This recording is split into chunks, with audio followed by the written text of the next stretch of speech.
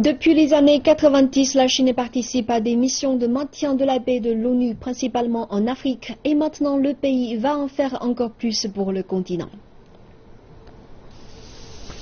Un entraînement intense pour une prochaine mission en Afrique. Un bataillon d'infanterie de 700 soldats va se rendre au Soudan du Sud pour une mission d'1 an en décembre.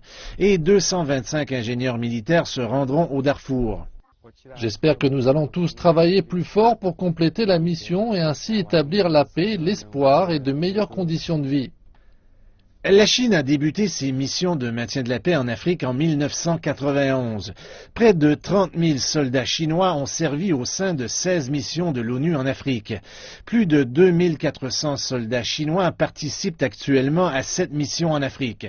La Chine est le pays qui fournit le plus grand nombre de casques bleus parmi les 5 membres permanents du Conseil de sécurité de l'ONU. Les casques bleus chinois participent principalement à des travaux de génie, de transport, d'aide médicale et à la sécurité. Mais depuis cette année, la Chine a commencé à déployer des bataillons d'infanterie pour protéger les civils, les employés de l'ONU et les travailleurs humanitaires.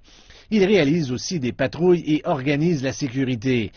Le travail des casques bleus chinois est apprécié par les populations locales.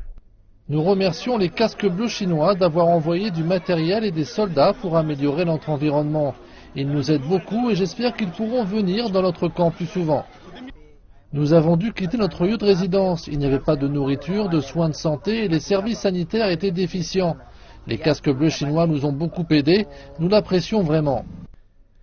La Chine s'est engagée à poursuivre son travail au sein des missions de paix de l'ONU en Afrique. Lors du 70e anniversaire du sommet sur le maintien de la paix de l'ONU à New York, le président Xi Jinping a annoncé que la Chine ne fournirait pas seulement 8000 soldats pour une force opérationnelle d'urgence, mais que le pays verserait aussi 100 millions de dollars pour une assistance militaire à l'Union africaine lors des 5 prochaines années.